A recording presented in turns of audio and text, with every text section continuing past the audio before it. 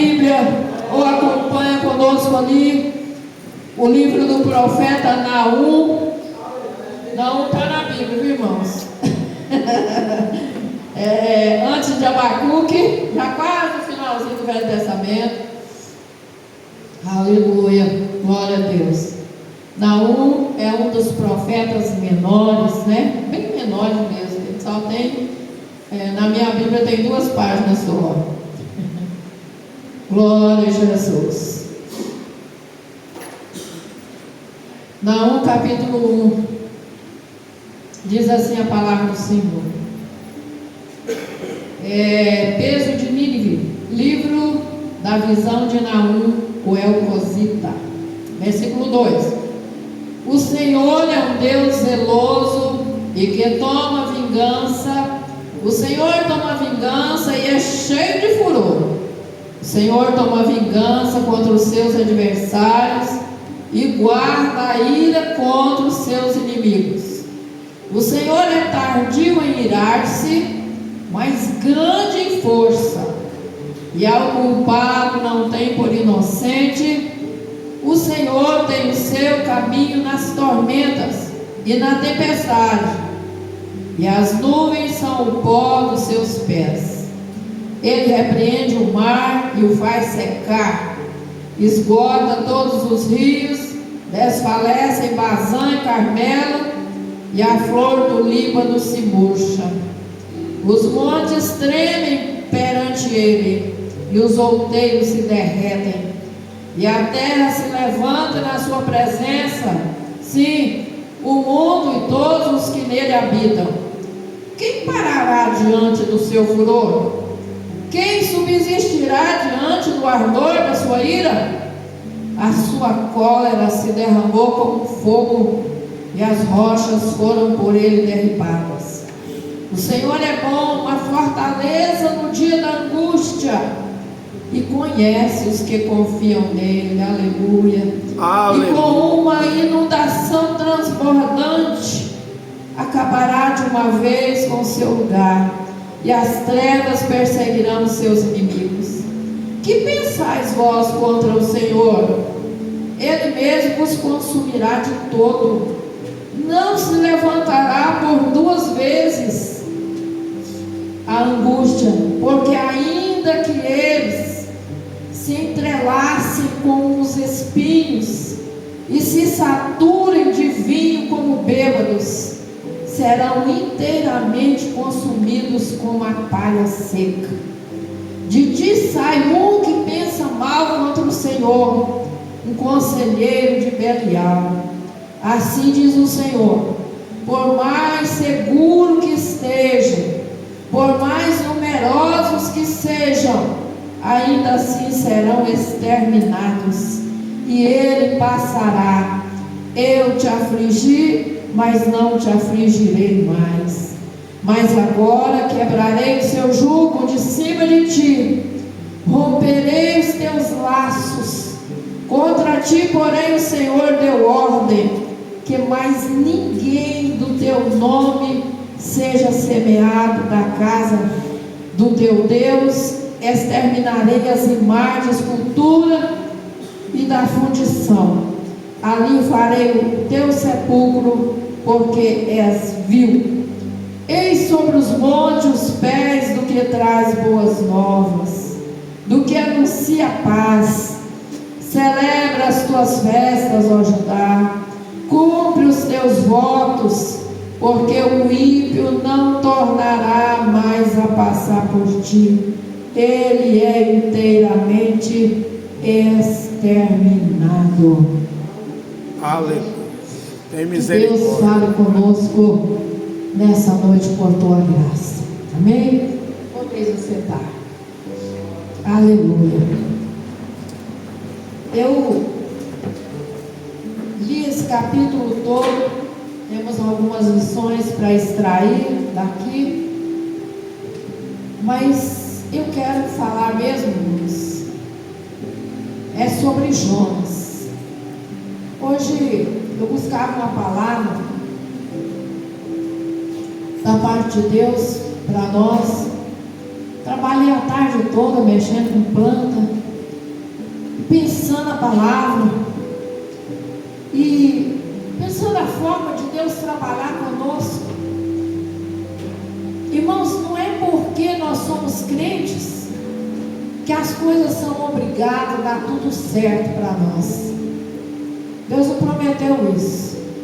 Porque com certeza Deus vai criar situações para forjar o nosso caráter cristão, para nos tornar parecidos com Cristo, até a gente entender que nada, nem ninguém nos poderá afastar do amor de Cristo. Aleluia. Até chegar ao ponto de dizer como Paulo: combati o bom combate, acabei a carreira e guardei a fé.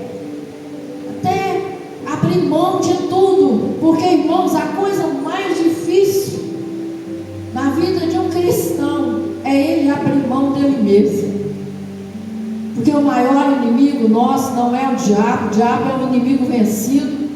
É uma serpente com a cabeça esmagada pelos pés na cruz, que bate o rabo de lá para cá, atinge o que ele pode, né?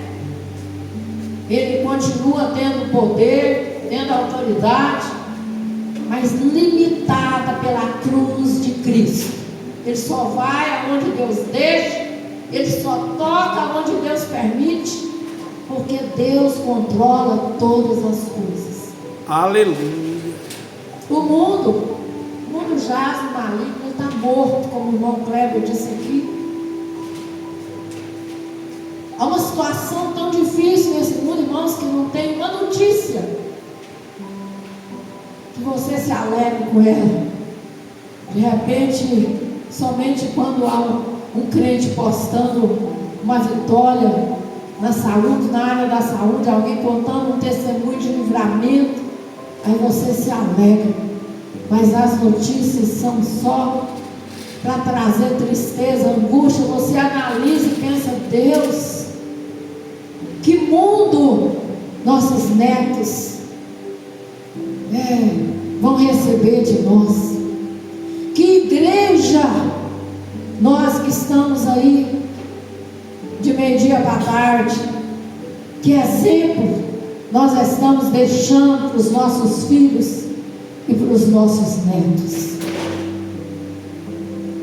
E eu estava analisando. Eu tenho muita preocupação com o chamado de Deus na vida do crente, porque quando Deus chama alguém, irmãos, que Deus tem um propósito na vida de alguém, e essa pessoa foge do propósito de Deus, ele pode ter certeza que ele vai com o anzol de Deus no queixo.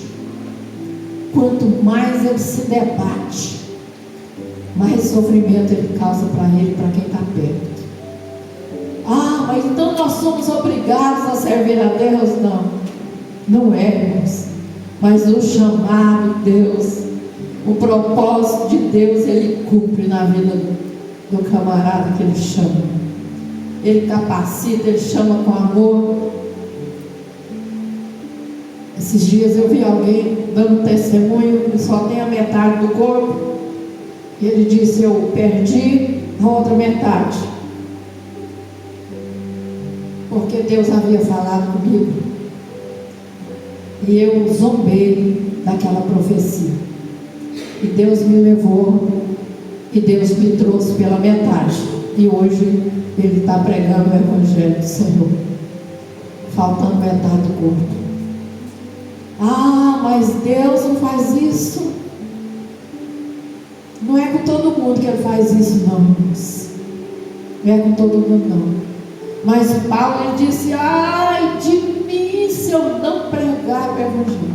Ele tinha certeza, irmãos, que depois de tudo que ele fez, ser perdoado, ser transformado, Deus tinha um propósito com ele. Aleluia. E eu pensava hoje em Jonas. Jonas é o profeta que foi chamado, talvez tenha estudado na escola de profetas, fazia parte, né, dos servos de Deus ali, chamados para essa missão, mas ele ainda não conhecia Deus direito, ele não entendia o que Deus era capaz para cumprir o propósito. Quando Deus diz para ele: vai a Nínive e prega a minha palavra lá, diz para eles que se eles não se arrependerem, dentro de 40 dias eu vou destruir com fogo, vou mandar fogo do céu e vou destruir aquela nação. Quando a gente olha, irmãos, a história da Síria, a gente vai ver que Nínive era a capital da Síria. E eles eram tão maus, eles eram tão preparados para a guerra, que eles assolavam. E eles eram tão maus, que eles furavam os olhos dos prisioneiros, arrastavam as pessoas pelo deserto, com os olhos vazados. Ele cortava a cabeça das pessoas, dos reis, incrustava nas muralhas. E o povo de Deus era perseguido, assolado por eles. Quando Jonas ouviu isso, disse: vou nada, eu quero que o Senhor manda fogo, né? Vou nada. Pegou a malinha dele, achando que escapava de Deus, tomou um rumo contrário.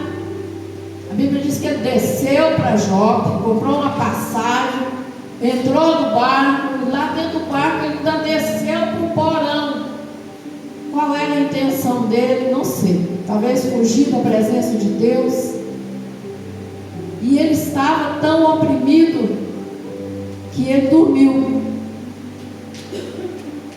Mas a Bíblia diz que houve um momento que levantou o mar, as grandes ondas, e aqueles povos, né, a liderança daquele barco, eles lutaram com todas as forças que podiam.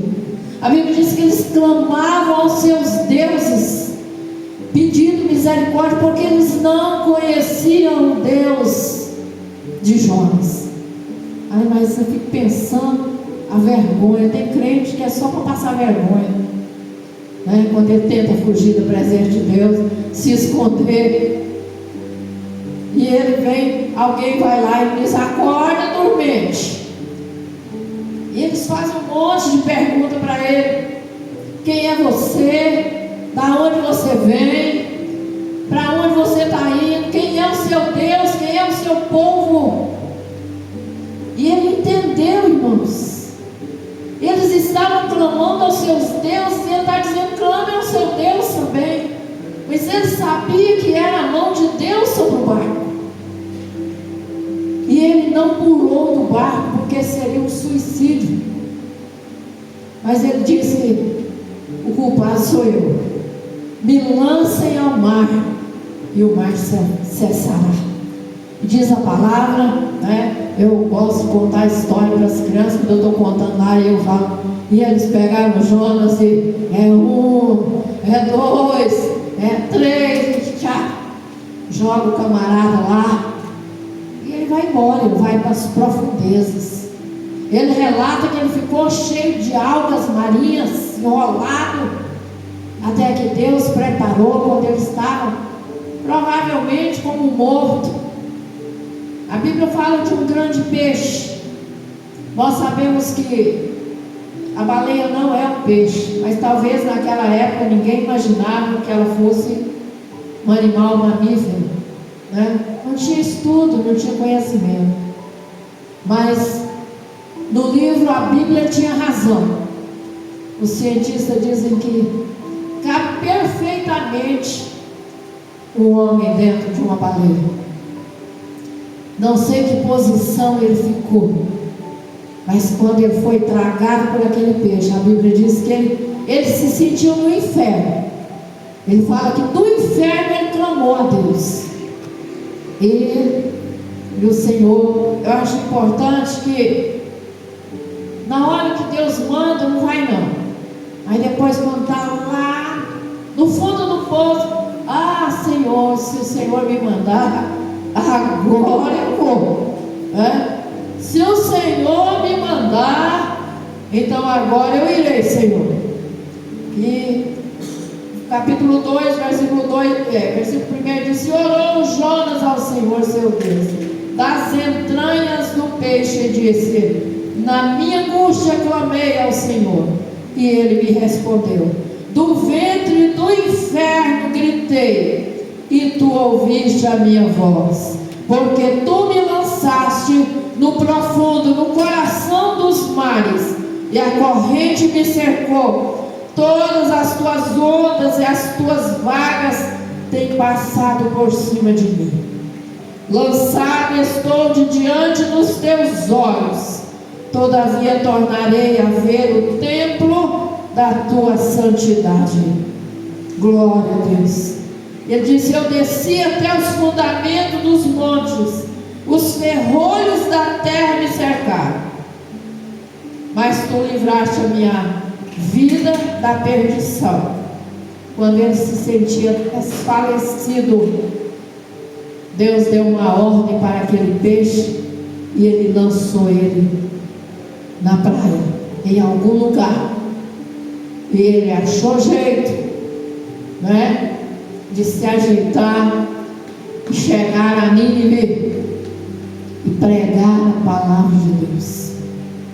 Durante 3 dias aquele homem andou de um lado para outro, dizendo: arrependei-vos, porque, irmãos, a única palavra, eu estava analisando que não adianta você sentir remorso pelas tomadas de decisões erradas que você faz.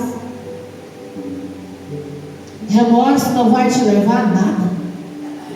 A única coisa que vai fazer Deus mudar a maneira de tratar com você chama-se arrependimento. Aleluia. Quando você se arrepende, você se humilha diante de Deus, e você traz para si mesmo aquele erro que você achava que estava em alguém, você traz para si. É como Davi no Salmo 51: pequei somente contra ti, Senhor. Ele havia pecado grandemente, maquinado mal contra alguém, levando uma pessoa à morte.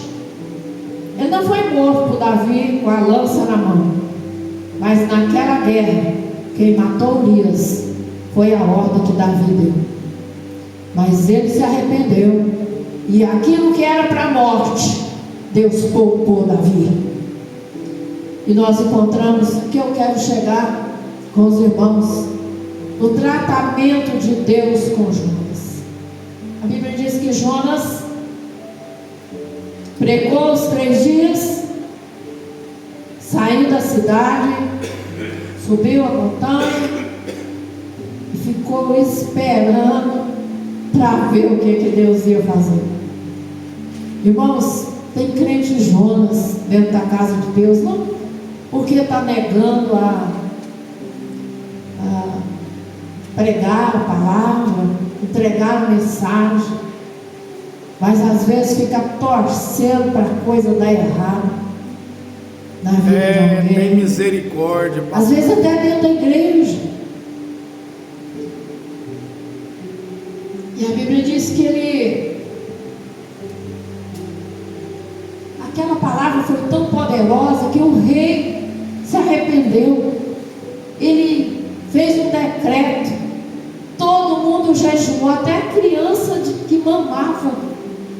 As mães tiraram o seio que amamenta aquela criança, porque a ordem era animais. Todos entraram no propósito, meu Deus, de jejum e oração.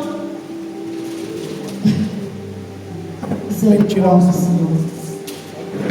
De jejum e oração, para que Deus pudesse livrá-los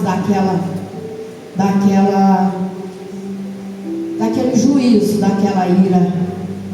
E foi isso que aconteceu. Jonas sobe na montanha, e ele fica descontente. Versículo 10 do capítulo 3 diz assim: e Deus viu as obras deles, como se converteram do seu mau caminho, e Deus se arrependeu do mal que tinha dito que faria e não fez. Glória a Deus. Ele não fez o mal que ele disse que faria, porque o povo se arrependeu. Mas desgostou-se Jonas extremamente disso, ficou todo ressentido com Deus. Acho que Jonas pensa: mas Deus, esse povo é muito mau, e o Senhor não vai destruir essa nação. E orou, o Senhor disse: ah, Senhor, não foi isso que eu disse? Estava justificando a fuga, né, Giovana? Não foi isso que eu pensei? Eu pensei isso. Ele disse: ó, não foi isso que eu disse, estando ainda na minha terra? Porque isso me preveni, por isso eu me preveni fugindo para Tarsis, pois sabia que és um Deus piedoso, misericordioso, longânimo, grande em benignidade, e que te arrependes do mal. Sabia que o Senhor ia fazer isso, por isso que eu fugi, para deixar o povo no fogo, né? Se ele não fosse pregar, ele achou: Deus não vai levantar outra pessoa e o povo vai entrar pelo cano. Mas Deus cumpriu a palavra que tinha dito. Aleluia. Eu acho tão lindo isso, irmãos. E a Bíblia diz assim, que o versículo 4, Deus falou com ele assim: é razoável esse seu ressentimento? Então Jonas saiu da cidade, assentou-se ao oriente da cidade, fez uma cabana, se assentou debaixo dela à sombra para ver o que ia acontecer. Ele: será que esse povo arrependeu mesmo? Vou ficar aqui esperando passar uns 40 dias. E fez o Senhor nascer uma boboreira, e a boboreira cobriu, né? Porque quando você corta, faz uma cabana, logo as folhas vão murchando, e tem que ter uma coisa ali para fazer uma sombra maior.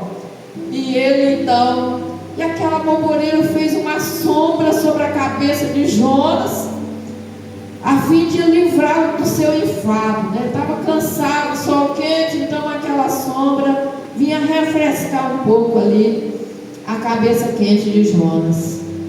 E aí, mas Deus enviou um bicho no dia seguinte, a coisa cresceu rapidamente, e ele estava confortável ali debaixo, esperando o que Deus ia fazer. Mas a Bíblia diz que no dia seguinte ele dormiu mais do que devia, o sol saiu quente. Quando ele viu, a careca dele estava queimando, ele era calvo, né? Estava queimando no sol, e ele olhou, a boboreira murchou. Sabe o que Jonas fez, irmão? Jonas chorou. Jonas ficou deprimido, ficou angustiado, e ele disse, e aconteceu aí, ele disse assim, aconteceu que aparecendo o sol, Deus mandou um vento calmoso do oriente, o sol feriu a cabeça de Jonas e ele desmaiou, e desejou com toda a sua alma morrer, dizendo: melhor me é morrer do que viver. Conhece pessoas assim, irmãos? Que quando acontece uma coisa, qualquer coisa que acontece com esse crente, ele fala: quando eu era crente, quando eu não era crente, eu nunca passei por isso. Agora que eu sou crente, olha aí, ó. É o vizinho que perturba, é o filho que faz isso, é o marido, é a mulher. E inventa: eu nunca, na minha vida lá fora, nunca passei necessidade de nada, agora está nesse aperto, né? E resmunga e lamenta. Jonas não foi diferente, não. Melhor é morrer do que viver. É depressão pura. E então disse Deus a Jonas: é acaso razoável que assim te enfades, se canse dessa maneira, por causa da boboreira? Deus ficou, tá? Deus sabia disso, mas dá a impressão que Deus ficou chocado com aquela, que ele não desconfiou que uma alma valia mais do que aquela boboreira, né? Deus quer chamar nossa atenção de alguma forma. Deus queria chamar a atenção dele, né? E é razoável isso, você desejar, quando você desejar morrer.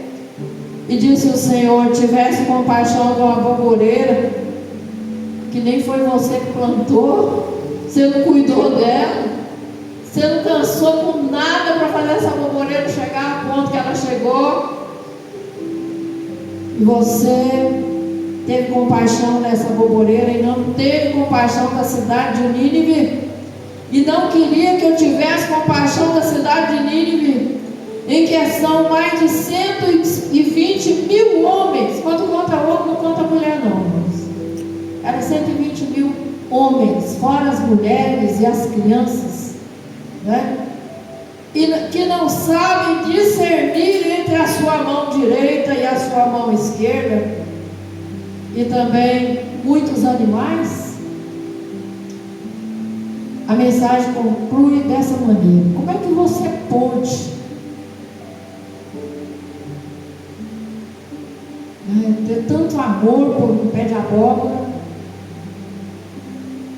Fiquei aborrecido um dia desses atrás, que eu plantei um pé de pepino gigante, e ele deu 2 pepinos. Ele estava carregado de flor, mas os gatos pulavam, escapou 2 pepinos. Eu falei: gente, tanta trabalheira para 2 pepinos. Mas não amaldiçoei os gatos não, né? Porque eu gosto também dos gatos.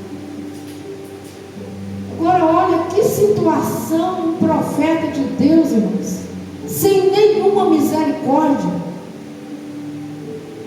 Eu falava aqui, pastor Luciano, no culto de ensino na terça-feira, de se você sente que tem um chamado, foi levantado como obreiro, e não aprender a ter misericórdia, é melhor desistir.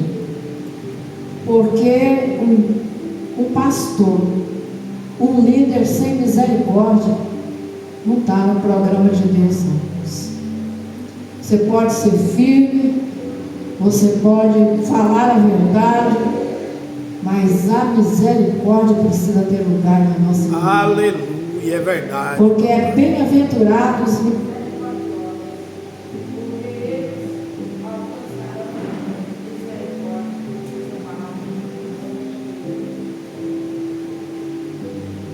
glória a Deus. E voltando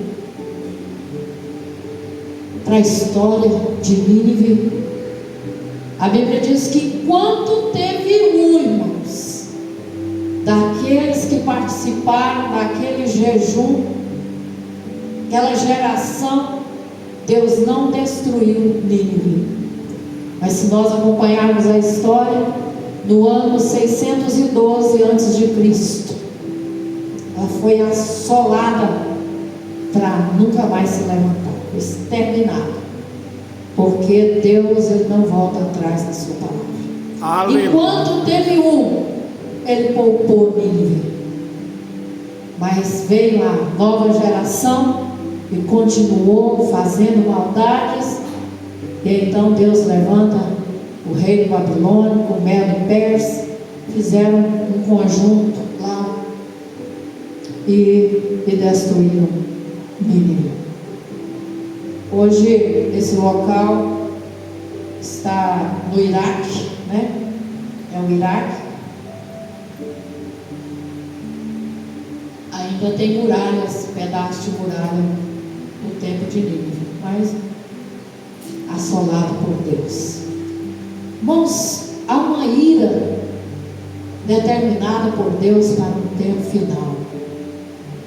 E a única maneira de nós escaparmos da ira de Deus é ser escondido no pavilhão dele, é estar na arca que é Cristo, é ter as marcas do sangue do Cordeiro nos umbrais dos nossos corações e ter a nossa vida garantida por Deus com o nosso nome escrito no livro da vida.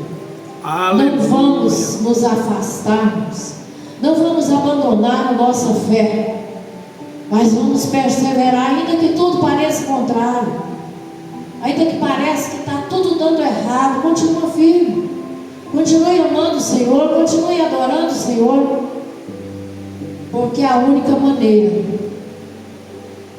de nós recebermos a recompensa na eternidade com Cristo é perseverar até o fim. E será que todo aquele que perseverar até o fim será salvo? Não é abandonar a nossa fé no meio do caminho e não é desistir. A Bíblia diz: se nós cremos, se nós obedecermos ao Senhor, nós vamos comer do melhor da terra. Há tantas previsões terríveis para os nossos dias. Cuidemos do nosso celeiro e oremos a Deus, porque a nossa providência venha do Senhor. Aleluia. Naum, ele deixa claro a misericórdia, a graça, o poder de Deus e o cuidado dele também. Não temos muita coisa registrada acerca de Jonas depois disso, mas eu creio que quando ele voltou para casa, ele entendeu quanto vale a misericórdia, quão grande é a misericórdia do nosso Deus. A palavra do Senhor diz que as misericórdias do Senhor se renovam a cada manhã, e é por isso que nós não somos consumidos vivos. Amém? Glória a Deus. Que Deus abençoe os nossos corações, que nós venhamos nos policiarmos, para que nós venhamos alegrar com os que se alegram, ainda que ele não seja do nosso ministério, ainda que ele nem conheça a Deus, mas se ele estiver sendo bem favorecido, vamos louvar a Deus pela vida dele, porque Deus tem mais nos ensinar ao longo da nossa jornada. Aleluia. Amém?